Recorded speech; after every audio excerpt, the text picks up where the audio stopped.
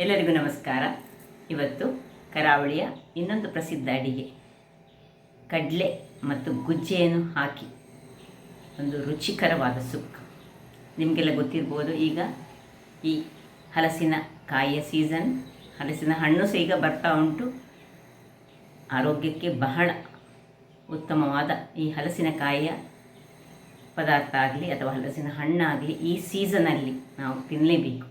ಹಾಗಿರುವಾಗ ನಾವು ಹೇಗೆ ಕರಾವಳಿಗರು ಈ ಗುಜ್ಜೆಯ ಸುಕ್ಕವನ್ನು ಮಾಡ್ತೇವೆ, ಆ ರೀತಿಯಲ್ಲಿ ನಾನು ಇವತ್ತು ಮಾಡಿದ್ದೇನೆ. ಗುಜ್ಜೆಯಿಂದ ಅನೇಕ ರೀತಿಯ, ಅಂದರೆ ಜಾಕ್ ಫ್ರೂಟ್, ಇದರಿಂದ ಅನೇಕ ರೀತಿಯ ಖಾದ್ಯಗಳನ್ನು ತಯಾರಿಸ್ತಾರೆ. ಅದರ ಪೋಡಿಯಂತೂ ಬಹಳ ಸೂಪರ್ ಆಗಿರ್ತದೆ.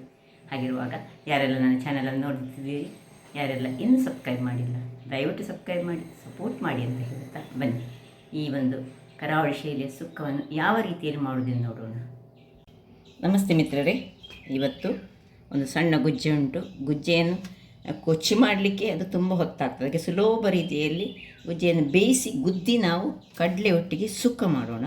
ಬಹಳ ಚೆನ್ನಾಗಿ ಬರ್ತದೆ. ಕರಾವಳಿಯ ಒಂದು ಸ್ಪೆಷಲ್ ಒಂದು ಅಡುಗೆ ಅಂತ ಹೇಳ್ಬೋದು ಇದನ್ನು. ಅದಕ್ಕೆ ಮೊದಲಿಗೆ ನಾವು ಈ ನೆನೆ ಹಾಕಿದ್ದನ್ನು ನೋಡಿ, ರಾತ್ರಿ ನಾನು ನೆನೆ ಹಾಕಿದ್ದೇನೆ ಕಡಲೆಯನ್ನು. ಇದರಲ್ಲೊಂದು ನಾನು 100 ಗ್ರಾಮ್ಸ್ನಷ್ಟು ಕಡಲೆಯನ್ನು ನೆನೆ ಹಾಕಿದ್ದೇನೆ. ಈಗ ಇದಕ್ಕೆ ಸ್ವಲ್ಪ ಹಿಂಗನ್ನು ಹಾಕ್ಕೊಳ್ಳೋಣ. ಗಟ್ಟಿ ಹಿಂಗಿದ್ರೆ ಗಟ್ಟಿ ಹಿಂಗ ಅನಿಸ ಸ್ವಲ್ಪ ನೀರು ಮಾಡಿಕೊಂಡು ಹಾಕ್ಕೊಳ್ಬೋದು. ಮತ್ತು ಒಂದು ಕರಿಬೇವಿನ ಸೊಪ್ಪು ಹಾಗೂ ಮುಳುಗುವಷ್ಟು ನೀರು, ತುಂಬ ನೀರು ಬೇಡ, ಇಷ್ಟು ನೀರನ್ನು ಹಾಕಿ ಇದನ್ನೊಂದು 2 ವಿಸಿಲ್ ತೆಗೆದುಕೊಳ್ಳೋಣ. 2-3 ವಿಸಿಲ್ ಎಷ್ಟು ಬೇಯುವಷ್ಟು ಬೇಕು ನಮಗೆ.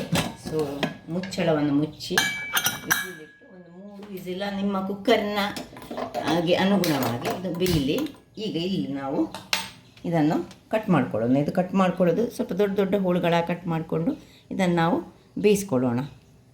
ಮೊದಲಿಗೆ ಕೈಗೆ ಸ್ವಲ್ಪ ಎಣ್ಣೆಯನ್ನು ಹಚ್ಚಿಕೊಳ್ಳೋಣ. ಮಯಣ ಇರ್ತದಲ್ಲ, ಹಾಗಾಗಿ ನಾನು ಮೆಟ್ಟ ಕತ್ತಿಯಲ್ಲಿ ಮಾಡ್ತಾ ಇದ್ದೆ. ನೋಡಿ, 2 ಭಾಗಗಳಾಗಿ ಮಾಡಿ, ಕೆಲವರು ಚೆನ್ನಾಗಿ ಇದನ್ನು ಸಿಪ್ಪೆ ತೆಗೆದು ಇದನ್ನು ಕೊಚ್ಚಿಕೊಳ್ತಾರೆ. ಕೊಚ್ಚುವ ನ್ಯಾಕ್ ಗೊತ್ತಿದ್ದವರಿಗೆ ಬಹಳ ಉತ್ತಮ. ನೋಡಿ, ಸಣ್ಣದಾಗಿ ಚೆನ್ನಾಗಿದೆ. ಇದರದ್ದು ಮೇಲಿನ ಈ ಮಯಣವನ್ನು ಹೀಗೆ ತೆಗೆದುಕೊಂಡ್ರೆ ಆಯಿತು. 2 ಸಹ ಮಾಡ್ಬೋದು, ಇವಾಗ 2 ತುಂಡನ್ನು ಸಹ.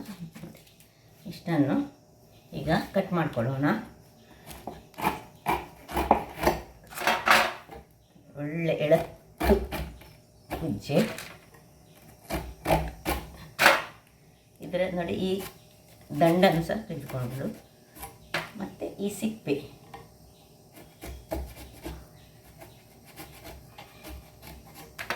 ತೆಗೆದುಕೊಂಡು ಹೀಗೆ ಸಣ್ಣ ಸಣ್ಣದಾಗಿ ಇಷ್ಟು ದೊಡ್ಡದಾಗಿ ನಾವು ಕಟ್ ಮಾಡಿಕೊಂಡು ಬೇಯಿಸ್ಕೊಳ್ಳೋಣ. ಮತ್ತೆ ಗುದ್ದಿದ್ರೆ ಆಯಿತು. ಇದನ್ನು ನೀರಿನಲ್ಲಿ ಕೂಡಲೇ ಈಗ ಇದನ್ನು ನೀರಿನಲ್ಲಿ ಹಾಕ್ಕೊಳ್ತೇನೆ. ಈ ರೀತಿಯಾಗಿ ಬರಬೇಕು. ಈ ರೀತಿ ಕಟ್ ಸುರಿಗೆ ಒಂದು ನಿಮಗೆ ಕಷ್ಟ ಆಗೋದಾಗ ಸುರಿಗೆ ಸಿಪ್ಪೆ ತೆಗೆದುಕೊಂಡು ಮತ್ತು ಇದರದ್ದು ದಂಡನ್ನು ತೆಗೆದುಕೊಂಡ್ರೆ ಆಯಿತು. ಎಲ್ಲವನ್ನು ಇದೇ ರೀತಿಯಾಗಿ ನಾನು ಕಟ್ ಮಾಡಿ ನೀರಿನಲ್ಲಿ ಹಾಕಿಟ್ಟುಕೊಂಡು 1-2-3 ನೀರಿನಲ್ಲಿ ತೊಳೆದು ನಿಮಗೆ ತೋರಿಸ್ಕೊಡ್ತೇನೆ. ವೀಕ್ಷಕರೇ ನೋಡಿ, ಇದು ನಾನು 3 ವಿಸಿಲ್ ತೆಗೆದು ಇಟ್ಕೊಂಡಿದ್ದೇನೆ. ಇದನ್ನೀಗ ಪಕ್ಕಕ್ಕೆ ಇಟ್ಕೊಳ್ತಿದ್ದೇನೆ. ಈಗ ಇಲ್ಲಿ ಏನೆಲ್ಲ ಮಸಾಲೆ ಬೇಕಂಡು ಮಸಾಲೆಯನ್ನು ಹುರಿಯೋಣ. ಒಂದು ಬಾಣಲೆಯನ್ನು ಇಟ್ಟುಕೊಂಡು ಅದಕ್ಕೆ ಸ್ವಲ್ಪ ಎಣ್ಣೆಯನ್ನು ಹಾಕೊಳ್ಳೋಣ. ಒಂದು 2 ಚಮಚದಷ್ಟು ಎಣ್ಣೆಯಲ್ಲಿ ಸ್ವಲ್ಪ ಫ್ರೈ ಮಾಡಬೇಕು ಮಸಾಲೆಗಳನ್ನು. ಏನಿಲ್ಲ, ಇದಕ್ಕೆ ಬೇಕಾದದ್ದು ನೋಡಿ, 5 ಈ ಬ್ಯಾಡಗಿ ಮೆಣಸಾದರೆ ಒಂದೇ ಒಂದು, ನಾನು ಈ ರಾಮನಾಡ್ ಮೆಣಸು ಅಂತ ತೆಗೆದುಕೊಂಡಿದ್ದೆ, ರೌಂಡ್ ಮೆಣಸು. 1.5 ಚಮಚದಷ್ಟು ಕೊತ್ತಂಬರಿ ಬೀಜ ಆದರೆ 1 ಚಮಚದಷ್ಟು ಸಾಸಿವೆ. ಮತ್ತು ನಮಗೆ ಒಗ್ಗರಣೆಗೆ ಮಾತ್ರ ಉದ್ದಿನ ಬೇಳೆ ಬೇಕಾಗ್ತದೆ. ನೋಡಿ, ಇಲ್ಲಿ ಕಟ್ ಮಾಡಿಕೊಂಡಿದ್ದನ್ನು ಈಗ ನಾವು ಬೇಯಿಸ್ಲಿಕ್ಕೆ ಉಂಟು. ಚೆನ್ನಾಗಿ ತೊಳೆದುಕೊಂಡು ಪುನೊಮ್ಮೆ ನೀರಿನಲ್ಲಿ ಹಾಕಿಟ್ಟುಕೊಂಡಿದ್ದೇನೆ. ಇಲ್ಲೀಗ ಮಸಾಲೆಗೆ ಸುರಿಗೆ ನಾವು ಒಂದು ಮೆಣಸನ್ನು ಸ್ವಲ್ಪ ಹೊಟ್ಟುಕೊಳ್ಳೋಣ. ಮೆಣಸಿನೊಟ್ಟಿಗೆ ನಾವು ಈಗ ಈ ಕರಿಬೇವಿನ ಸೊಪ್ಪನ್ನು ಸ್ವಲ್ಪ ಹಾಕೊಳ್ಳೋಣ. ಒಂದು 2-3 ಕರಿಬೇವಿನ ಸೊಪ್ಪನ್ನು ಹಾಕಿದರೆ ಪರಿಮಳ ತುಂಬ ಚೆನ್ನಾಗಿ ಬರ್ತದೆ. ಇಲ್ಲಿ ಬೇಕಿದ್ದರೆ ಉದ್ದಿನ ಬೇಳೆಯನ್ನು ಇಲ್ಲಿಯೇ ಬೇಕಿದ್ದರೆ ಸ್ವಲ್ಪ ಹಾಕ್ಕೊಳ್ಬೋದು, ಅಥವಾ ನಾವು ಒಗ್ಗರಣೆ ಕೊಡುವಾಗ ಉದ್ದಿನ ಬೇಳೆ ಹಾಕಿದರೆ ಬಹಳ ಚೆನ್ನಾಗಿ ಬರ್ತದೆ. 2 ಸಾಕ್ತದೆ. ಒಂದು ಇಲ್ಲಿ ಹಾಕಿದರೆ ಸಾಕ್ತದೆ. ನಾನೀಗ ಒಗ್ಗರಣೆಯಲ್ಲಿ ಉದ್ದಿನ ಬೇಳೆಯನ್ನು ಹಾಕ್ಕೊಳ್ತಿದ್ದೇನೆ. ಸೊ ಇಲ್ಲಿ ಹಾಕೋದಿಲ್ಲ. ಇದೀಗ ಕೊತ್ತಂಬರಿ ಮತ್ತು ಜೀರೆ ಇಷ್ಟು ಇದಕ್ಕೆ ಮಸಾಲ ಸಾಮಗ್ರಿಗಳು ಬೇಕು. ಇನ್ನು ಬೇರೆ ಏನು ಗ್ರೈಂಡ್ ಮಾಡುವಾಗ ಹಾಕ್ಕೊಳ್ಬೇಕಂತ ತೋರಿಸ್ಕೊಡ್ತೇನೆ. ಇದೀಗ ಒಳ್ಳೆ ಸಣ್ಣ ಉರಿಯಲ್ಲಿ ಹೆಚ್ಚು ಕರಟಬಾರ್ದು, ಅದಾದಲ್ಲಿ ಒಂದು ಘಮ ಬರುವವರೆಗೆ ಹುರಿದುಕೊಳ್ತೇನೆ ಇದನ್ನು. ವೀಕ್ಷಕರೇ, ಇದು ತಣ್ಣಗಾಗಲಿ, ಇದನ್ನು ತಣ್ಣಗಾಗಲಿಕ್ಕೆ ಬಿಡೋಣ. ಈಗ ಇದನ್ನು ತೆಗೆದುಕೊಂಡು ನಾವು ಒಂದು ಪಾತ್ರೆಗೆ ಶಿಫ್ಟ್ ಮಾಡಿಕೊಳ್ಳೋಣ. ವೀಕ್ಷಕರೇ, ವಿಸಿಲಾಯಿತು, ಇದನ್ನೀಗ ಆಫ್ ಮಾಡ್ಕೊಳ್ತಿದ್ದೇನೆ. ಇದನ್ನು ತಣ್ಣಗಾಗಲಿಕ್ಕೆ ಬಿಡೋಣ. ಇಲ್ಲೀಗ ನಾವು ಮಸಾಲೆಯನ್ನು ರೆಡಿ ಮಾಡ್ಕೊಳ್ಳೋಣ. ಮಸಾಲೆ, ಹುರಿದ ಮಸಾಲೆ ಒಟ್ಟಿಗೆ ಇನ್ನೆಲ್ಲ ಏನು ಸಾಮಗ್ರಿ ಬೇಕು ಹೇಳಿದರೆ, ಒಂದು ದೊಡ್ಡ ತೆಂಗಿನಕಾಯಿಯಲ್ಲಿ ಅರ್ಧ ತೆಂಗಿನಕಾಯಿಯ ತುರಿ ಬೇಕು. ಇಲ್ಲಿ ಬೆಳ್ಳುಳ್ಳಿ, ನೀರುಳ್ಳಿ, ಸ್ವಲ್ಪ ಹುಳಿ ಬೇಕು. ಈಗ ಮೊದಲಿಗೆ ಸ್ವಲ್ಪ ಈ ಬೆಳ್ಳುಳ್ಳಿ, ನೀರುಳ್ಳಿ ಮತ್ತು ಹುಳಿಯನ್ನು ಹಾಕ್ಕೊಳ್ತಿದ್ದೇನೆ. ಇನ್ನು ಫ್ರೈ ಮಾಡಿದಂತಹ ಈ ಮೆಣಸು, ಕೊತ್ತಂಬರಿ, ಜೀರಿಗೆ ಹಾಗೂ ಕರಿಬೇವಿನ ಸೊಪ್ಪನ್ನು ಸಹ ಹಾಕ್ಕೊಂಡು ಒಮ್ಮೆ ನೀರು ಹಾಕದೆ ಸುರಿಗೆ ಜಸ್ಟ್ ಒಂಚೂರು ಒಮ್ಮೆ ಗ್ರೈಂಡ್ ಮಾಡುವ. ಆಮೇಲೆ ಇದನ್ನು ಏನು ಮಾಡಬೇಕು ಹೇಳ್ತೇನೆ, ಸುರಿ ಗ್ರೈಂಡ್ ಮಾಡ್ಕೊಂಡಿರ್ತೇನೆ. ವೀಕ್ಷಕರೇ ನೋಡಿ, ಇಷ್ಟು ಗ್ರೈಂಡ್ ಆಯಿತು. ಈಗ ಇದಕ್ಕೆ ಸ್ವಲ್ಪ ನೀರು ಮತ್ತು ಸ್ವಲ್ಪ ಹಳದಿಯನ್ನು ಹಾಕೊಳ್ಳೋಣ. ಹಳದಿಯ ಪುಡಿ,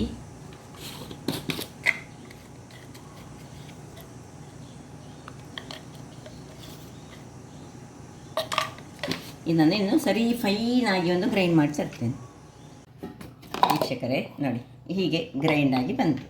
ಈಗ ಇದಕ್ಕೆ ನಾವು ಒಂದು ಬೆಳ್ಳುಳ್ಳಿ, ತೆಂಗಿನ ತುರಿ ಹಾಕಿ ಲಾಸ್ಟಿಗೆ ಒಂದೇ ಒಂದು ಕೋಸ್ಲಿ 1-2 ಸುತ್ತು ತೆಗೆದು ತಂದರೆ ಆಯಿತು. ಚೂರು ಇದಕ್ಕೆ ಜೀರಿಗೆ ಸಹ ಹಾಕ್ಕೊಳ್ಬೇಕು. ಒಂದು ಪಿಂಚ್ ಆಫ್ ಜೀರಿಗೆ, ಒಂದು ಬೆಳ್ಳುಳ್ಳಿ ಹಾಕಿ ಒಂದು ಕೋಸ್ಲಿ ಗ್ರೈಂಡ್ ಮಾಡಿ ತರ್ತೇನೆ. ವೀಕ್ಷಕರೇ, ಇಲ್ಲಿ ನೋಡಿ ಮಸಾಲೆ ರೆಡಿ ಆಯಿತು. ಈಗ ಇದನ್ನು ಪಕ್ಕಕ್ಕೆ ಇಟ್ಕೊಳ್ಳೋಣ. ಇಲ್ಲಿ ಇದು ಚೆನ್ನಾಗಿ ಬೆಂದಿದೆ. ಈಗ ಇದನ್ನು ನಾವು ಒಂದು ಇದರಲ್ಲಿ ಗುದ್ದಿಕೊಳ್ಳೋಣ. ವೀಕ್ಷಕರೇ, ಇದನ್ನೆಲ್ಲ ನೋಡಿ ಇದಕ್ಕೆ ಶಿಫ್ಟ್ ಮಾಡಿಕೊಂಡು ಇದರ ನೀರನ್ನು ನಾವು ಕಡಲೆ ಎಲ್ಲಿ ಉಂಟು ನೋಡಿ ಇದಕ್ಕೆ ಇಲ್ಲಿ ಹಾಕ್ಕೊಳ್ತಿದ್ದೇನೆ. ಕಡಲೆ ಬೇಯಿಸಿದ್ದಕ್ಕೆ ಹಾಕ್ಕೊಂಡು ಇದನ್ನು ಉರಿಸಿಕೊಳ್ತಿದ್ದೇನೆ. ಉರಿಸಿಕೊಂಡು ಅದಕ್ಕೆ ಉಪ್ಪನ್ನು ಸಹ ಹಾಕ್ಕೊಳ್ತಿದ್ದೇನೆ. ಸ್ವಲ್ಪ ಉಪ್ಪು,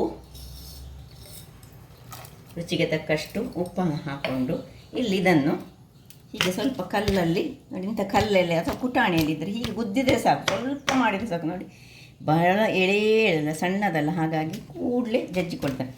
ಇಲ್ಲದಿದ್ದರೆ ನಿಮಗೆ ಕೆತ್ತಲಿಕ್ಕೆ ಗೊತ್ತಿದ್ದವರಿದ್ದರೆ ಮನೆಯಲ್ಲಿ ಕೆತ್ತಿ ಸಹ ಮಾಡಿಕೊಳ್ಬೋದು. ಇದಾದರೆ ಸುಲಭ ವಿಧಾನದಲ್ಲಿ ಮಾಡುವಂಥದ್ದು. ಬೇಯಿಸಿಕೊಂಡು ಸ್ವಲ್ಪ ಹೀಗೆ ಜಜ್ಜಿಕೊಂಡ್ರೆ ಒಳ್ಳೆ ಈ ಕೆತ್ತಿ ಮಾಡಿದ ಹಾಗೆ ಆಗ್ತದೆ. ಸೊ ನೋಡಿ ಹೇಗೆ ಆಯಿತು ನೋಡಿ, ಜಜ್ಜಿಕೊಂಡ್ರೆ ಆಯಿತು ಕೂಡಲೇ ಆಯಿತು. ಇಷ್ಟನ್ನೀಗ ಇದನ್ನೀಗ ತೆಗೆಯುವುದು, ಮುಟ್ಟಿದ ಕೂಡಲೇ ಜಜ್ಜಿ ಹೋಗ್ತದೆ ನೋಡಿ. ಆಯಿತು ನೋಡಿ, ಈ ರೀತಿ ಮಾಡಿದರೆ ಇದನ್ನು ತೆಗೆಯುವುದು, ಇದಕ್ಕೆ ಹಾಕೊಳ್ಳೋದು. ತುಂಬ ಸಹ ಜಜ್ಜಿಕೊಳ್ಳೋದು ಬೇಡ. ಅದಾದಲ್ಲಿ ಈಗ ಇನ್ನು ಸ್ವಲ್ಪ ಮೇಲಿನಿಂದ ಇದಕ್ಕೆ ಸ್ವಲ್ಪ ಉಪ್ಪನ್ನು ಸ್ವಲ್ಪ ಇನ್ನೊಮ್ಮೆ ಚೂರು ಹಾಕೊಳ್ಳೋಣ.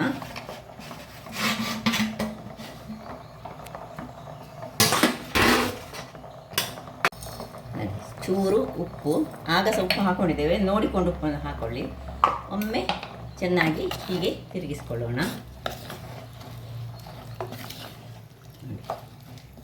ಇನ್ನು ಏನಿಲ್ಲ, ಈ ಮಸಾಲೆಯನ್ನು ನಾವು ಮಾಡಿದ್ದೇವೆ ನೋಡಿ, ಇದನ್ನು ಅದರಲ್ಲಿ ಹಾಕ್ಕೊಳ್ಳೋದು.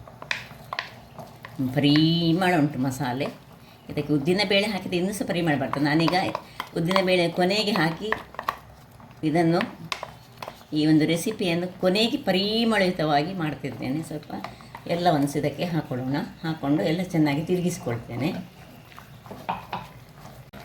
ಈಗ ಒಂದು ಚೂರು ಪಿಂಚ್ ಆಫ್ ಬೆಲ್ಲ, ಇದು ಆಪ್ಷನಲ್, ಬೇಕಿದ್ದರೆ ಮಾತ್ರ ನೀವು ಹಾಕ್ಕೊಳ್ಬೋದು ಅಥವಾ ಸಕ್ಕರೆ ಸಹ ಹಾಕ್ಕೊಳ್ಬೋದು. ಸ್ವಲ್ಪ ಹಾಕ್ಕೊಂಡು ನೋಡಿ, ನೀರು ಹೆಚ್ಚಾಗಬಾರ್ದು ನೋಡಿ, ಇದ್ದ ನೀರೇ, ನಾನು ಏನು ಬೇರೆ ಮಿಕ್ಸಿ ತೊಳೆದ ನೀರು ಸಹ ಹಾಕಲಿಲ್ಲ. ಇದು ಚೆನ್ನಾದೊಂದು ರೆಡಿ ಆಗ್ತಾ ಉಂಟು. ಸ್ವಲ್ಪ ಹೀಗೆ ತಿರುಗಿಸಿಕೊಂಡು ಸ್ವಲ್ಪ ಹೊತ್ತು ಮುಚ್ಚಳವನ್ನು ಮುಚ್ಚಿಕೊಳ್ಳೋಣ. ಉಪ್ಪು ಖಾರ ಎಲ್ಲ ಅದಕ್ಕೆ ಎಳೆದುಕೊಳ್ಳಿ. ಎಳೆದುಕೊಂಡ ಮೇಲೆ ಪುನಃ ಒಂದು 5 ನಿಮಿಷ ನಾವು ಹೀಗೆ ಓಪನ್ ಇಟ್ಟು ಬೇಯಿಸ್ಕೊಳ್ಬೇಕು. ಸರಿಗೆ ಮುಚ್ಚಳ ಮುಚ್ಚಿ 1-2 ನಿಮಿಷ ಬೇಯಿಸ್ಕೊಳ್ಳೋಣ. ನೋಡಿ 2-3 ನಿಮಿಷಗಳ ಬಳಿಕ ಇದನ್ನು ಓಪನ್ ಮಾಡ್ಕೊಂಡಿದ್ದೇನೆ. ನೋಡಿ ಒಳ್ಳೆ ಸುಕ್ಕ ರೆಡಿಯಾಗಿದೆ. ಈಗ ಇದನ್ನೊಂದು 5 ನಿಮಿಷ ಹೀಗೆ ಓಪನ್ ಇಟ್ಟುಕೊಂಡು ಅದರ ನೀರನ್ನು ಆರಿಸ್ಕೊಳ್ಳೋಣ. ಇಲ್ಲೀಗ ಒಂದು ಒಗ್ಗರಣೆಗೆ ರೆಡಿ ಮಾಡಿದ್ದೇನೆ. ಒಗ್ಗರಣೆಗೆ ಒಂದು 3 ಚಮಚದಷ್ಟು ಅಥವಾ 2 ಚಮಚ ಸಹ ಸಾಕಾಗ್ತದೆ ಎಣ್ಣೆ ಬಿಸಿಯಾಗುವಾಗ ಹಾಕಿದರೆ ಒಳ್ಳೆಯದು. ಈಗ ಸ್ವಲ್ಪ ಬೆಳ್ಳುಳ್ಳಿಯ ಒಟ್ಟಿಗೆ 1 ಚಮಚದಷ್ಟು ಈ ಉದ್ದಿನ ಬೇಳೆ ಹಾಕ್ಕೊಂಡ್ರೆ ಬಹಳ ಪರಿಮಳಯುಕ್ತವಾಗಿ ಬರ್ತದೆ. ಇನ್ನು ಉದ್ದಿನ ಬೇಳೆ ಹದ ಉರಿ ಇಟ್ಕೊಳ್ಳಿ. ಸ್ವಲ್ಪ ಕಲರ್ ಬರುವಾಗ 1 ಚಮಚ ಅಥವಾ 1.5 ಚಮಚದಷ್ಟು ಸಾಸಿವೆ, ಇನ್ನು ಕರಿಬೇವಿನ ಸೊಪ್ಪು ಇಷ್ಟನ್ನು ಹಾಕ್ಕೊಂಡು ಇಲ್ಲಿ ನೋಡಿ ಇದು ಒಳ್ಳೆ ಚೆನ್ನಾಗಿ ಆಗಿದೆ. ಇದನ್ನು ಆಫ್ ಮಾಡ್ಕೊಳ್ತಿದ್ದೇನೆ. ಆಫ್ ಮಾಡಿಕೊಂಡು ಉದ್ದಿನ ಬೇಳೆ ಒಂದು ಕಲರ್ ಬರಲಿ. ಉದ್ದಿನ ಬೇಳೆ ಕಲರ್ ಬರುವಾಗ ಇದನ್ನು ಆಫ್ ಮಾಡಿಕೊಂಡ್ರೆ ಆಯಿತು. ಸ್ವಲ್ಪ ಕಲರ್ ಬರಬೇಕಿಲ್ಲ. ಸಾಸಿವೆ ಸೊಳ್ಳೆ ಉಳಿತಾ ಬಂತು. ಉದ್ದಿನ ಬೇಳೆ ಕಲರ್ ಆಫ್ ಮಾಡ್ಕೊಳ್ಳೋದು. ಇಲ್ಲಿ ಇದನ್ನು ಇದಕ್ಕೆ ಶಿಫ್ಟ್ ಮಾಡೋದು, ಮುಚ್ಚಳವನ್ನು ಮುಚ್ಚಿಕೊಳ್ಳೋದು.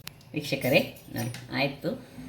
ಘಮ ಪರಿಮಳ ಬರ್ತಾ ಉಂಟು ನೋಡಿ. ಏನು ಈಗ ಸ್ವಲ್ಪ ಇದನ್ನು ತಿರುಗಿಸ್ಕೊಳ್ಳೋಣ.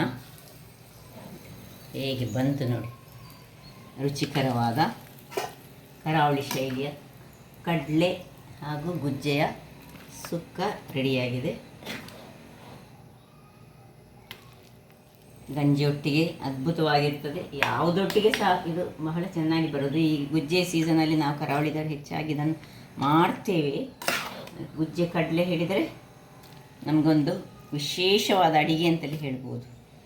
ಸೊ ನೋಡಿದ್ರಲ್ಲ ವೀಕ್ಷಕರೇ, ಯಾವ ರೀತಿಯಲ್ಲಿ ಈ ಒಂದು ಗುಜ್ಜೆ ಕಡಲೆಯನ್ನು ಸುಲಭ ರೀತಿಯಲ್ಲಿ ಮಾಡೋದು. ಅಂದರೆ ಕುಚ್ಚಲಿಕ್ಕೆ ಯಾರಿಗೆ ಗೊತ್ತಿಲ್ಲ ಅಂತವರು ಈ ರೀತಿ ಬೇಯಿಸಿ ಗುದ್ದಿಕೊಂಡ್ರೆ ಬಹಳ ಚೆನ್ನಾಗಿ ಆಗ್ತದೆ.